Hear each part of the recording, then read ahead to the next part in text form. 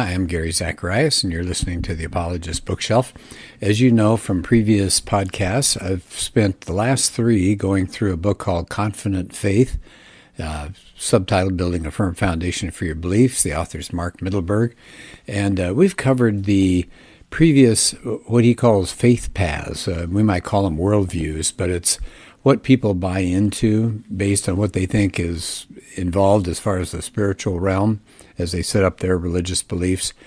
So we've gone through the relativist faith path, traditionalist, authoritarian, intuitive, and mystical. So those are 5 of the 6. Now, Mittelberg talks about each one of those and explains what he sees as drawbacks to them, and then he ends up with the 6th faith path is the evidential one, and that's where he thinks Christianity belongs, and I agree with him.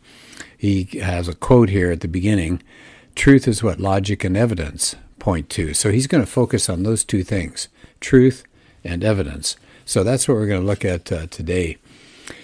So let's start in, he talks about, especially he talks about evidence and logic. So he starts off with logic. He said, sometimes people will say, you can't really reason things like this.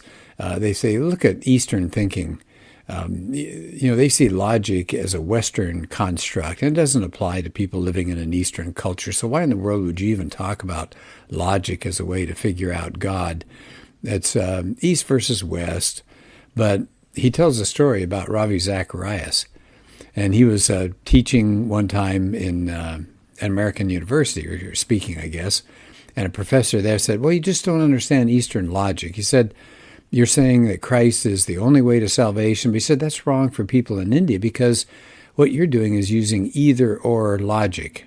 He says in the East, we don't use either-or logic. That's Western way of thinking. That's logic from a Western perspective. In the East, we use a both-and. So when it comes to this religious talk, salvation is not either through Christ or nothing else. That's the either-or. It's both Christ and other ways. Do you see how inclusive that is, of course?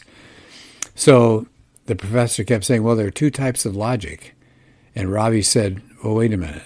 He looked at the professor. He said, are you saying that when I'm in India, I have to use either the both and logic or nothing else? So I have to use either or. And finally, the professor said, he said, either or does seem to emerge, doesn't it? And Ravi said, yes.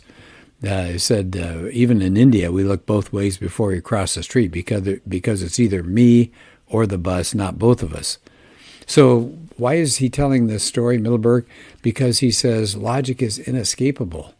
He said some people get kind of confused when they hear stories like this about either or both and they just start backing off and they say, I don't know, the guru's rationale makes sense to me. But he says, no, logic isn't vanquished. It's whose logic is going to prevail. And this idea of getting rid of definitions, he said, that's not the way we ought to go. He said, the Eastern teacher has to borrow from what they call Western logic before trying to undermine it. That's self-defeating. So that's his background as he gets into what he calls the evidential faith path. He said it's reasoning of the mind, which he's just been talking about, combined with real-world factual information. So we're back to those 2 things again. He says we're going to learn a lot about the Christian view if we apply those 2 things. Logic, being logical, in other words, thinking through things, and evidential, looking at the real world, factual information. And he has a quote here from William Lane Craig that I think is really good. Here's what Craig says, logic and facts are the keys to showing soundly that a conclusion is true. Okay, so logic and facts, that's how you find out whether you've made a good assumption and whether it's really true. Okay, so let's continue with that. What did they say? Well, their argument was that you can't trust the senses and real knowledge is limited to the logic and mathematical. So after dealing with this business about logic, then Mittelberg says, so how is this evidential approach applied in real life? And then, of course, the key thing is, how do you use it toward finding a faith in which you can be confident? And that's what the whole book is about. Who wants to believe in something that you have no confidence in? You believe it just because mom and dad told you? You believe it just because you had kind of a warm, fuzzy feeling about something? He says, no, you want a faith in which you can be confident.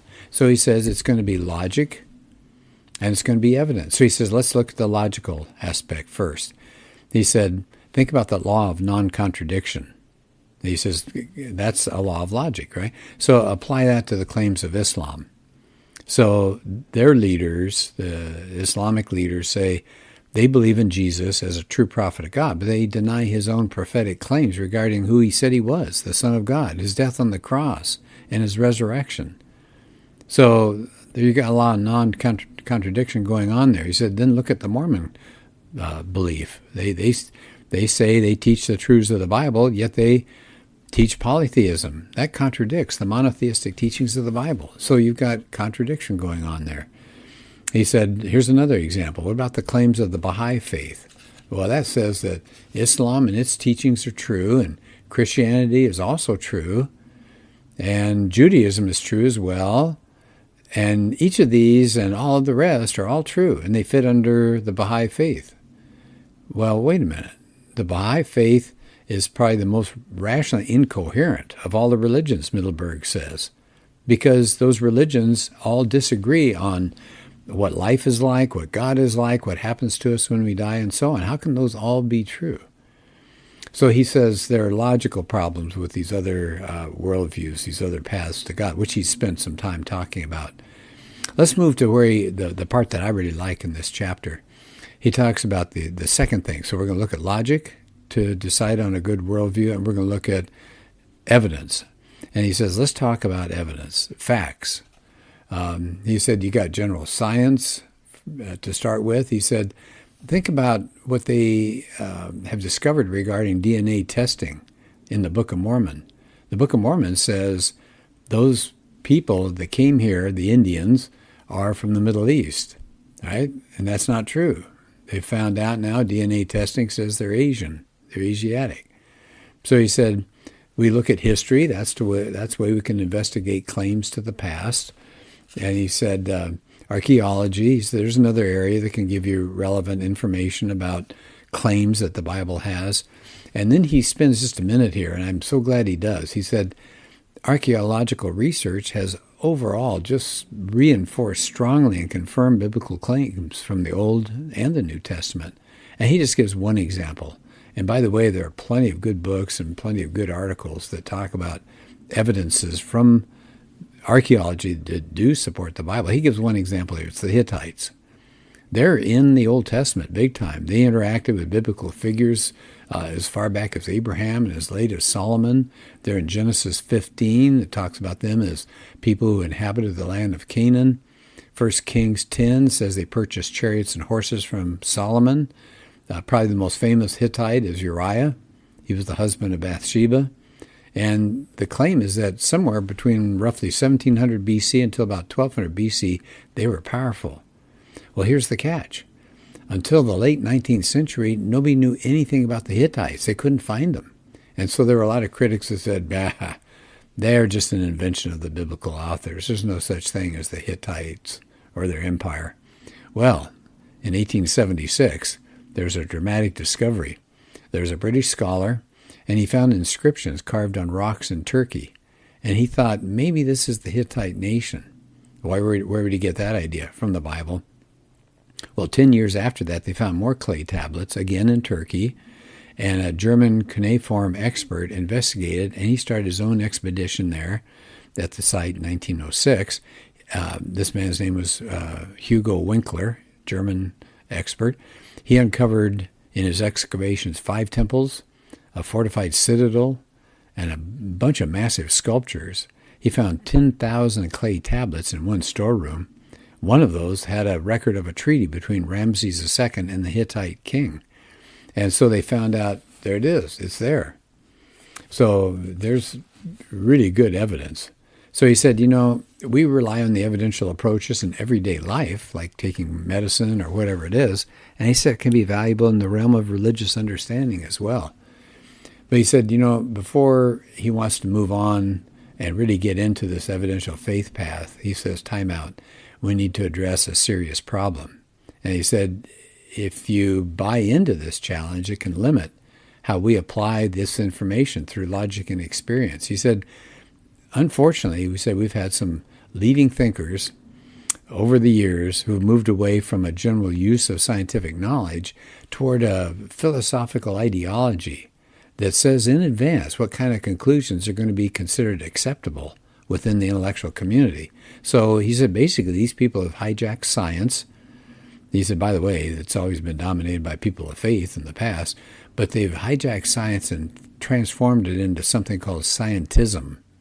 And I really wanted to spend a couple minutes on that because I've done some research, and I think that is a danger that's out there. Not all scientists buy into scientism, but enough of them do that's really caused a stir. So what is scientism? The belief that the scientific method is the only method for discovering truth. It's the only method. So, in other words, if you can't put it in a test tube, if you can't weigh it, if you can't measure it, if you can't conduct some kind of physical work on this thing, then it's not true. That's the only way that you can discover truth, the scientific method. He said, actually, the doctrine behind it has been called logical positivism, and that's the idea that only naturalistic, not supernatural, but only naturalistic factors can be considered as possible causes or explanations. Doesn't matter how strong the evidence is. If the evidence is outside the natural world, you can't talk about it. So basically, it makes science from that point on be atheistic. So God's ruled out. Anything spiritual is ruled out. You can't even consider it. Said, consider this. Richard Dawkins. He says, you talk about a commitment to scientism. Here's what he says. He had a book, by the way, The Blind Watchmaker, and that's where Mittelberg is getting some of these quotes. Here's Dawkins. Biology is the study of complicated things that give the appearance of having been designed for a purpose. So do you see what he's saying? Yeah, it may look like it, but it really hasn't been designed. Here's what else Dawkins said. The living results of natural selection overwhelmingly impress us with the appearance of design as if by a master watchmaker. Impress us, he says, with the illusion of design and planning. So it's just an illusion. Again, he says, animals give the appearance of having been designed by a theoretically sophisticated and practically ingenious physicist or engineer. But he said, no. So he's not going to discuss that at all. It's just natural selection. Everything through Dawkins' writing is that way. He is so firm in his atheistic assumptions, it becomes a religion for him. He doesn't give any real consideration to God. So, said Harper's Magazine reviewed one of Dawkins' books. It called it Hysterical Scientism, the Ecstasy of Richard Dawkins. So here's what scientism is, one more time. It basically says this. We've already ruled out the supernatural options as a possible explanation. Now go ahead and bring us your outlandish claims about gods and angels and elves, and we'll try to help you sort it all out. Well, scientism, and I'm glad that Mittelberg talks about it. He said, I want to get beyond what he's talking about. I'll finish up on what Mittelberg has here. He said, isn't that the pinnacle of closed-mindedness to say something like this? Well, even if theoretically there could be a real intelligence in the universe, I'm unwilling to consider the possibility of his being involved in the world. Mittelberg says that's like covering your eyes and then complaining that you can't see. So let me stop for just a minute there. He said, the scientism person says, I don't want to even consider the possibility of there being a God. I heard Gray Kokel say this. Imagine that there is a police station somewhere and a bunch of detectives are gathered and the chief comes in. He said, we've had 4 or 5 killings in the community that really need to be investigated. We've got to sort this out. He said, so I want you to go out and interview and search and do all sorts of things, but keep this in mind. I don't want you to implicate a white person. Now, think about that. If you're a detective, you say, well, you're putting something off limits before I even start. That seems so unfair. It seems irrational, certainly bigoted. But that's kind of what's going on with these people that buy into scientism. They say there cannot be. We don't even want to think about it, but there cannot be any supernatural element. And so therefore, let's look at evolution or let's look at something else and realize we can't even posit the possibility of a God creating the world and creating the human race. So let's just start with what would bring it here without God. Then, of course, what are you going to get? You're going to get atheistic evolution, even if it has a lot of problems. So he says, here's another, I'm back to Mittelberg now. So he says, here's another critical problem. This anti-theistic philosophy doesn't live up to its own criteria. In other words, it's self-defeating. I mean, think about this. Scientism says that the scientific method is the only way that you can discover truth.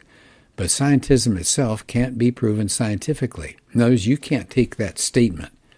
The scientific method is the only method for discovering truth. You can't take that statement and put it in a test tube or weigh it or measure it or look at it under a microscope. It's a philosophical statement. It's not science. So does that make sense? We see this self-defeating attitude in so many fields, and here it is with scientism. The scientific method is unable to demonstrate that it is the only method for discovering truth. So he said even the philosophy of scientism fails by its own standard. Now, I wanted to add just a little bit because I've done a talk on scientism, and I just want you to think about this. It has a lot of problems with it. For one thing, if it was true, scientism, it would lessen human value, wouldn't it? There'd be no such thing as love. There would just be chemicals surging in you. There'd be no free will. If scientism is true, then you don't have a soul. You're just a chunk of meat walking around with a brain. So when you decide to do something, whether it's good or bad, you had no choice. It was the chemicals. It was the firing of your neurons. So why are we putting people in jail? Why are we giving awards to people who have done good things? We do not have free will. And we're actually hearing that now. Several scientists and people working with the mind, well, I use the word mind, but they'll say we don't have a mind, we just have a brain. And it's just an illusion of free will that we have. We think we have a free will, but we don't. By the way, I'd stop there and I'd say, really? Somebody has an illusion of free will, then what's having the illusion? It's a mind. So we're back to that again. There are such things, by the way, here's another problem with scientism. It's only the scientific method that gives us truth, really? There are non-scientific truths that exist as well. Let me just give you a real simple example. If I say John is taller than Mary and Mary is taller than Brad, then John is taller than Brad, right? That's a piece of logic that you know that's absolutely true, but you didn't do it through the scientific method. You didn't put it in a test tube to figure that out. So we know non-scientific truths exist. Think about the Declaration of Independence. We hold these truths to be, what, scientifically provable? No, we hold these truths to be self-evident. In other words, as long as you're thinking rationally, you'll come up with the same conclusion.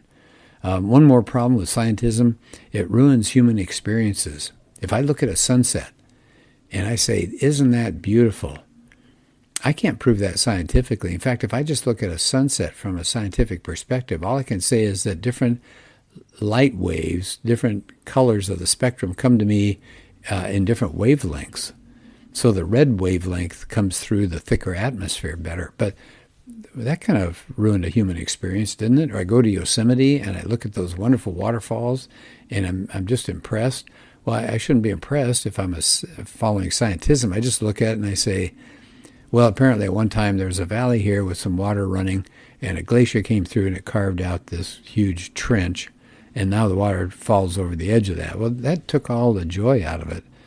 Scientism doesn't, another problem, it doesn't deal with important things. It doesn't deal with love and family and patriotism and courage and value and things like that. It can't talk values because you can't put values in a test tube. So there are a lot of problems with scientism. If you'd like to get my notes on my talk, I'd be happy to send that to you, gary.zacharias@gmail.com. Okay, let me go back and we'll finish up this chapter here.